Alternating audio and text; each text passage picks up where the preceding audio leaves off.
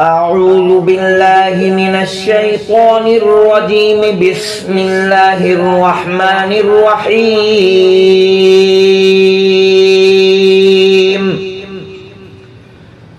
ياسين والقرآن الحكيم إنك لمن المرسلين على صراط مستقيم تنزيل العزيز الرحيم لتنذر قوما ما أنذر آباؤهم فهم غافلون. لقد حق القول على أكثرهم فهم لا يؤمنون. إنا جعلنا في أعناقهم أغلالا فهي إلى الأذقان فهم مقمحون. وجعلنا من بين أيديهم سدا ومن خلفهم سدا فأغشيناهم فهم لا يبصرون. وسواء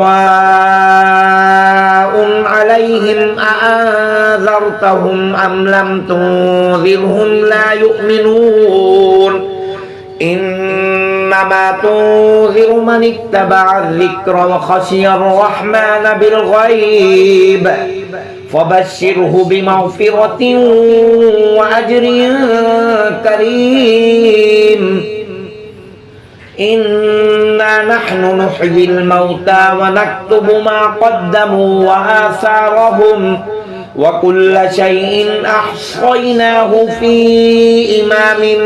مبين. واضرب لهم مثلا أصحاب القرية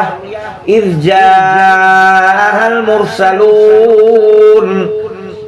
إذ أرسلنا إليهم اثنين فكذبوهما فعززنا بثالث فقالوا إنا إليكم مرسلون. قالوا ما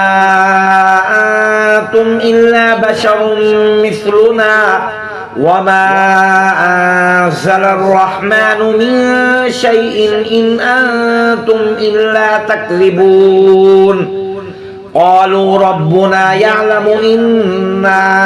إليكم لمرسلون وما علينا إلا البلاغ المبين. قالوا إنا تطيرنا بكم لئن لم تنتهوا لنرجمنكم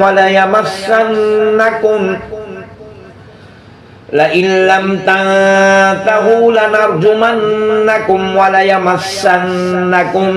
منا عذاب أليم. قالوا طائركم معكم أئن ذكرتم بل أنتم قوم مسرفون. وجاء من أقصى المدينة رجل يسعى قال يا قوم اتبعوا المرسلين اتبعوا من لا يسألكم أجرا وهم مهتدون. وما لي لا أعبد الذي فطرني وإليه ترجعون. أأتخذ من دونه آلهة إن يردني الرحمن بضر لا تغن عني شفاعتهم شيئا ولا ينقذون. إني إذا لفي ضلال مبين. إني آمنت بربكم فاسمعوني قيل ادخل الجنة. قال يا ليت قومي يعلمون بما غفر لي ربي وجعلني من المكرمين. وما أنزلنا على قومه من بعده من جند من السماء وما كنا منزلين. إن كانت إلا صيحة واحدة فإذا هم خامدون يا حسرة على العباد ما يأتيهم من رسول إلا كانوا به يستهزئون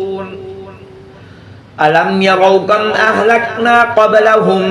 من القرون أنهم إليهم لا يرجعون وإن كل لما جميع لدينا محضرون وآية لهم الأرض الميتة أحييناها وأخرجنا منها حبا فمنه يأكلون وجعلنا فيها جنات من نخيل وأعناب وفجرنا فيها من العيون ليأكلوا من ثمره وما عملته أيديهم أفلا يشكرون سبحان الذي خلق الأزواج كلها مما تنبت الأرض ومن أنفسهم ومما لا يعلمون وآية لهم الليل نسلخ منه النهار فإذا هم مظلمون والشمس تجري لمستقر لها ذلك تقدير العزيز العليم والقمر قدرناه منازل حتى عاد كالعرجون القديم لا الشمس ينبغي لها أن تدرك القمر ولا الليل سابق النهار وكل في فلك يسبحون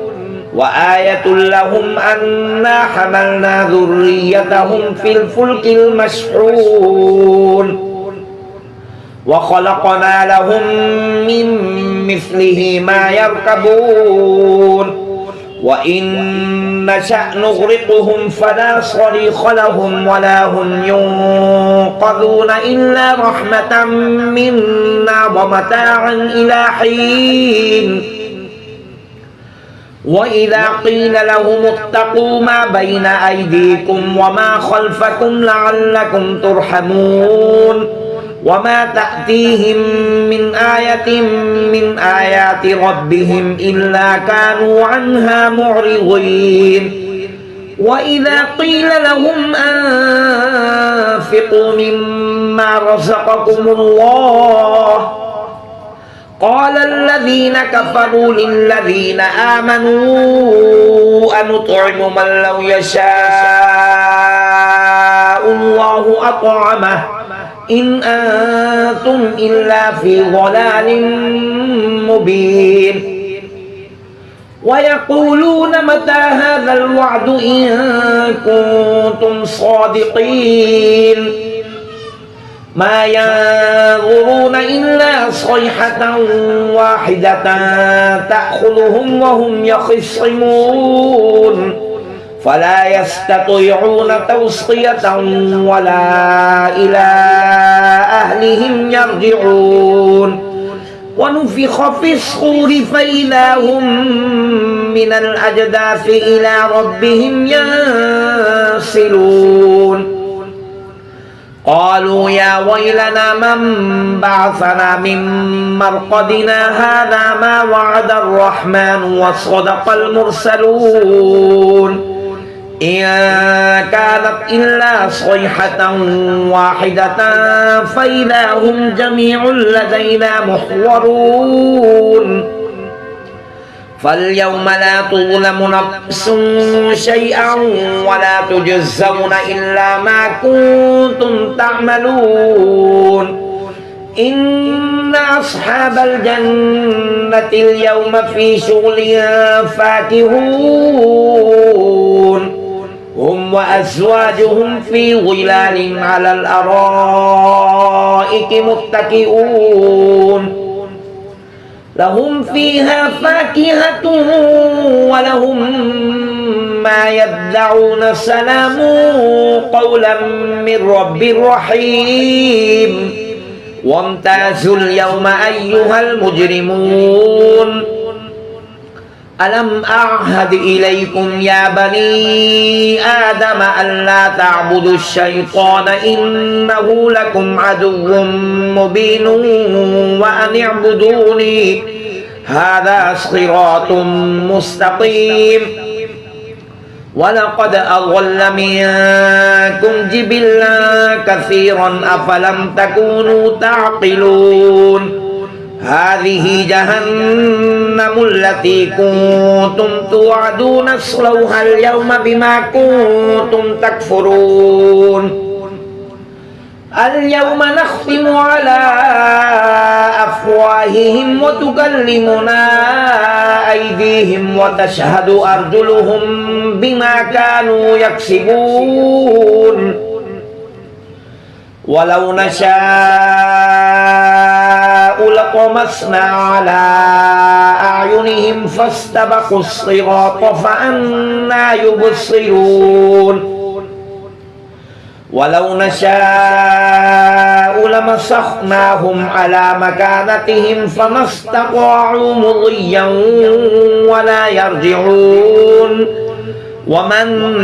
نعمره ننكسه في الخلق أفلا يعقلون وما علمناه الشعر وما ينبغي له إن هو إلا ذكر وقرآن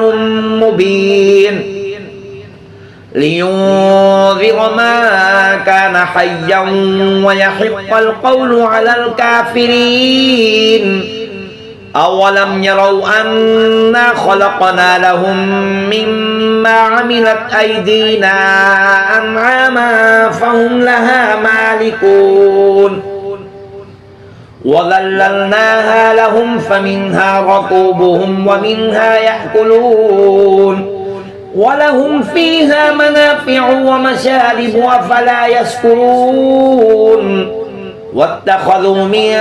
دون الله آلهة لعلهم ينصرون لا يستطيعون نصرهم وهم لهم جند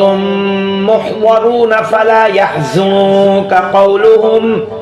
إنا نعلم ما يسرون وما يعلنون أولم ير الإنسان أنا خلقناه من نطفة فإذا هو خصيم مبين وضرب لنا مثلا ونسي خلقه قال من يحيي العظام وهي رميم قل يحييها الذي أنشأها أول مرة وهو بكل خلق عليم الذي جعل لكم من الشجر الأخضر نارا فإذا أنتم منه توقدون أوليس الذي خلق السماوات والأرض بقادر على أن يخلق مثلهم بلى وهو الخلاق العليم إنما أمره إذا أراد شيئا أن يقول له كن فيكون فسبحان الذي بيده ملكوت كل شيء وإليه ترجعون بسم الله الرحمن الرحيم الرحمن علم القرآن خلق الإنسان علمه البيان الشمس والقمر بحسبان والنجم والشجر يسجدان والسماء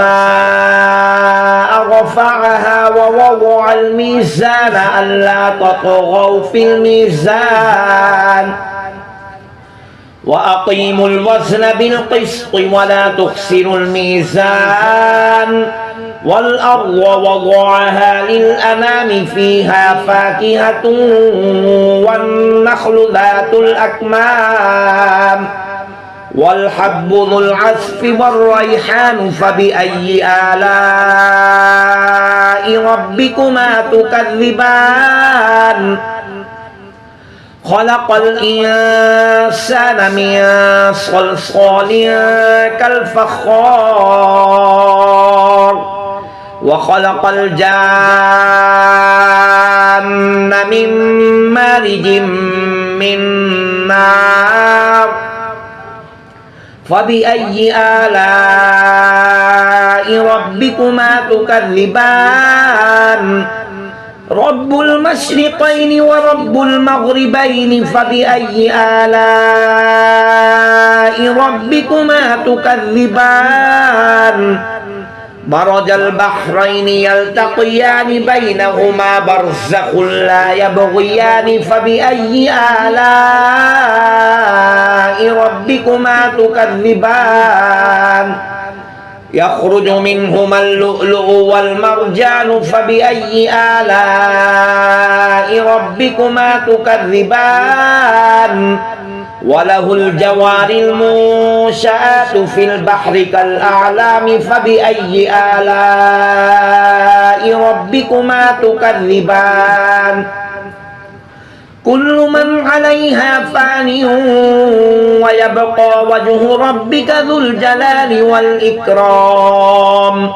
فبأي آلاء ربكما تكذبان يسأله من في السماوات والأرض كل يوم هو في شأن فبأي آلاء ربكما تكذبان سنفرغ لكم أيها الثقلان فبأي آلاء ربكما تكذبان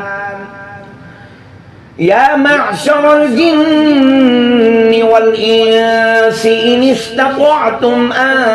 تنفذوا من أقطار السماوات والأرض فانفذوا لا تنفذون إلا بسلطان فبأي آلاء ربكما تكذبان يرسل عليكما شواظ من نار ونحاس فلا تنتصران فبأي آلاء ربكما تكذبان فإذا انشقت السماء فكانت وردة كالدهان فبأي آلاء ربكما تكذبان فيومئذ لا يسأل عن ذنبه إنس ولا جان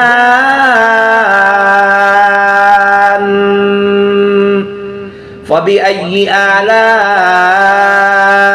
ربكما تكذبان يعرف المجرمون بسيماهم فيؤخذ بالنواصي والأقدام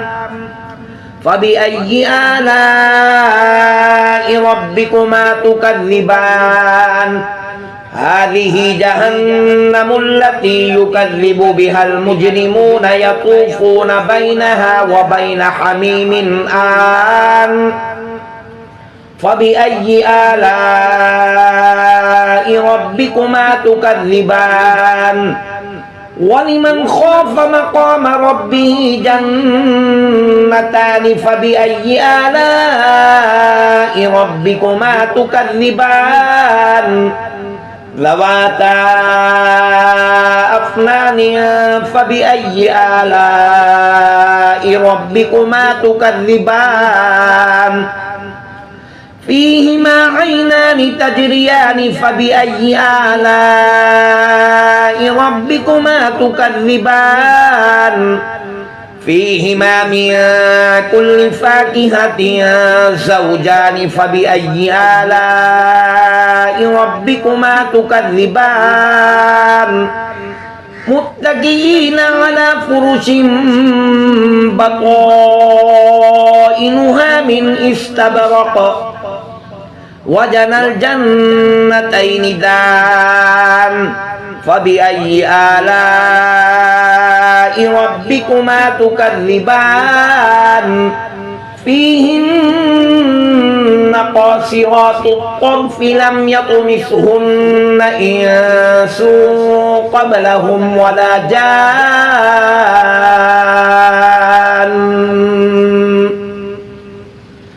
فبأي آلاء ربكما تكذبان كأنهن الياقوت والمرجان فبأي آلاء ربكما تكذبان هل جزاء الإحسان إلا الإحسان فبأي آلاء ربكما تكذبان ومن دونهما جنتان فبأي آلاء ربكما تكذبان مدهامتان فبأي آلاء ربكما تكذبان فيهما عينان نضاختان فبأي آلاء ربكما تكذبان فيهما فاكهة ونخل ورمان فبأي آلاء ربكما تكذبان فيهن خيرات حسان فبأي آلاء ربكما تكذبان حور مقصورات في الخيام فبأي آلاء ربكما تكذبان لم يطمثهن إنس قبلهم ولا جان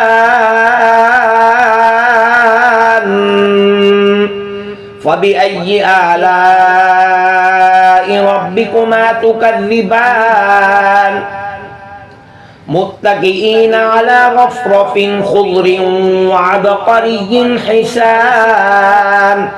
فبأي آلاء ربكما تكذبان تبارك اسم ربك ذي الجلال والإكرام بسم الله الرحمن الرحيم إذا وقعت الواقعة ليس لوقعتها كاذبة خافضة رافعة إذا رجت الأرض رجا وبست الجبال بسا فكانت هباء منبثا وكنتم أزواجا ثلاثة فأصحاب الميمنة ما أصحاب الميمنة وأصحاب المشأمة ما أصحاب المشأمة والسابقون السابقون أولئك المقربون في جنات النعيم ثلة من الأولين وقليل من الآخرين على سرر موضونة متكئين عليها متقابلين يطوف عليهم ولدان مخلدون بأكواب وأباريق وكأس من معين لا يصدعون عنها ولا ينزفون وفاكهة مما يتخيرون ولحم طير مما يشتهون وحور عين كأمثال اللؤلؤ المكنون جزاء بما كانوا يعملون لا يسمعون فيها لغوا ولا تأثيما إلا قيلا سلاما سلاما وأصحاب اليمين ما أصحاب اليمين في سدر مخضود وطلح منضود وظل ممدود وماء مسكوب وفاكهة كثيرة لا مقطوعة ولا ممنوعة وفرش مرفوعة إنا أنشأناهن إنشاء فجعلناهن أبكارا عربا أترابا لأصحاب اليمين ثلة من الأولين وثلة من الآخرين وأصحاب الشمال ما أصحاب الشمال في سموم وحميم وظل من يحموم لا بارد ولا كريم إنهم كانوا قبل ذلك مترفين وكانوا يصرون على الحنث العظيم وكانوا يقولون أإذا متنا وكنا ترابا وعظاما أإنا لمبعوثون أو آباؤنا الأولون قل إن الأولين والآخرين لمجموعون إلى ميقات يوم معلوم ثم إنكم أيها الضالون المكذبون لآكلون من شجر من زقوم فمالئون منها البطون فشاربون عليه من الحميم فشاربون شرب الهيم هذا نزلهم يوم الدين نحن خلقناكم فلولا تصدقون أفرأيتم ما تمنون أأنتم تخلقونه أم نحن الخالقون نحن قدرنا بينكم الموت وما نحن بمسبوقين على أن نبدل أمثالكم وننشئكم فيما لا تعلمون ولقد علمتم النشأة الأولى فلولا تذكرون أفرأيتم ما تحرثون أأنتم تزرعونه أم نحن الزارعون لو نشاء لجعلناه حطاما فظلتم تفكهون إنا لمغرمون بل نحن محرومون أفرأيتم الماء الذي تشربون أأنتم أنزلتموه من المزن أم نحن المنزلون لو نشاء جعلناه أجاجا فلولا تشكرون أفرأيتم النار التي تورون أأنتم أنشأتم شجرتها أم نحن المنشئون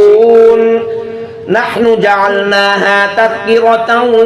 ومتاعا للمقوين فسبح باسم ربك العظيم فلا أقسم بمواقع النجوم وإنه لقسم لو تعلمون عظيم إنه لقرآن كريم في كتاب مكنون لا يمسه إلا المطهرون تنزيل من رب العالمين أفبهذا الحديث أنتم مدهنون وتجعلون رزقكم أنكم تكذبون فلولا إذا بلغت الحلقوم وأنتم حينئذ تنظرون ونحن أقرب إليه منكم ولكن لا تبصرون فلولا إن كنتم غير مدينين ترجعونها إن كنتم صادقين فأما إن كان من المقربين فروح وريحان وجنة نعيم وأما إن كان من أصحاب اليمين فسلام لك من أصحاب اليمين وأما إن كان من المكذبين الضالين فنزل من حميم وتصلية جحيم إن هذا لهو حق اليقين فسبح باسم ربك العظيم بسم الله الرحمن الرحيم تبارك الذي بيده الملك وهو على كل شيء قدير الذي خلق الموت والحياة ليبلوكم أيكم أحسن عملا وهو العزيز الغفور الذي خلق 7 سماوات طباقا ما ترى في خلق الرحمن من تفاوت فارجع البصر هل طغى من فطور ثم ارجع البصر كرتين ينقلب إليك البصر خاسئا وهو حسير ولقد زينا السماء الدنيا بمصابيح وجعلناها رجوما للشياطين وأعتدنا لهم عذاب السعير وللذين كفروا بربهم عذاب جهنم وبئس المصير إذا ألقوا فيها سمعوا لها شهيقا وهي تفور تكاد تميز من الغيظ كلما ألقي فيها فوج سألهم خزنتها ألم يأتكم نذير قالوا بلى قد جاءنا نذير فكذبنا وقلنا ما نزل الله من شيء إن أنتم إلا في ضلال كبير وقالوا لو كنا نسمع أو نعقل ما كنا في أصحاب السعير فاعترفوا بذنبهم فسحقا لأصحاب السعير إن الذين يخشون ربهم بالغيب لهم مغفرة وأجر كبير وأسروا قولكم أو اجهروا به إنه عليم بذات الصدور ألا يعلم من خلق وهو اللطيف الخبير هو الذي جعل لكم الأرض ذلولا فامشوا في مناكبها وكلوا من رزقه وإليه النشور أأمنتم من في السماء أن يخسف بكم الأرض فإذا هي تمور أم أمنتم ما في السماء أن يرسل عليكم حاصبا فستعلمون كيف نذير ولقد كذب الذين من قبلهم فكيف كان نكير أولم يروا إلى الطير فوقهم صافات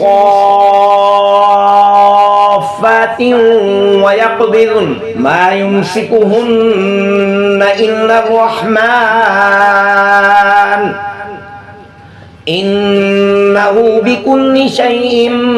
بصير أمن هذا الذي هو جند لكم ينصركم من دون الرحمن إن الكافرون إلا في غرور أمن هذا الذي يرزقكم إن أمسك رزقه بل لجوا في عتو ونفور أفمن يمشي مكبا على وجهه أهدى أمن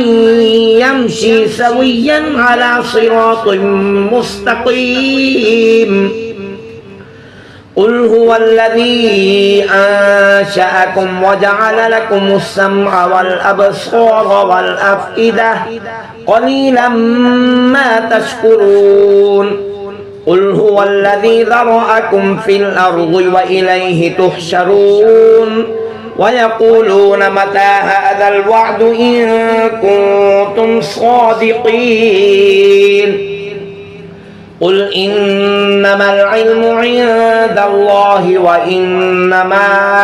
أنا نذير مبين فلما رأوه زلفة سيئت وجوه الذين كفروا وقيل هذا الذي كنتم به تدعون قل أرأيتم إن أهلكني الله ومن معي أو رحمنا فمن يجير الكافرين من عذاب أليم قل هو الرحمن آمنا به وعليه توكلنا فستعلمون من هو في ضلال مبين قل أرأيتم إن أصبح ماؤكم غورا فمن يأتيكم بماء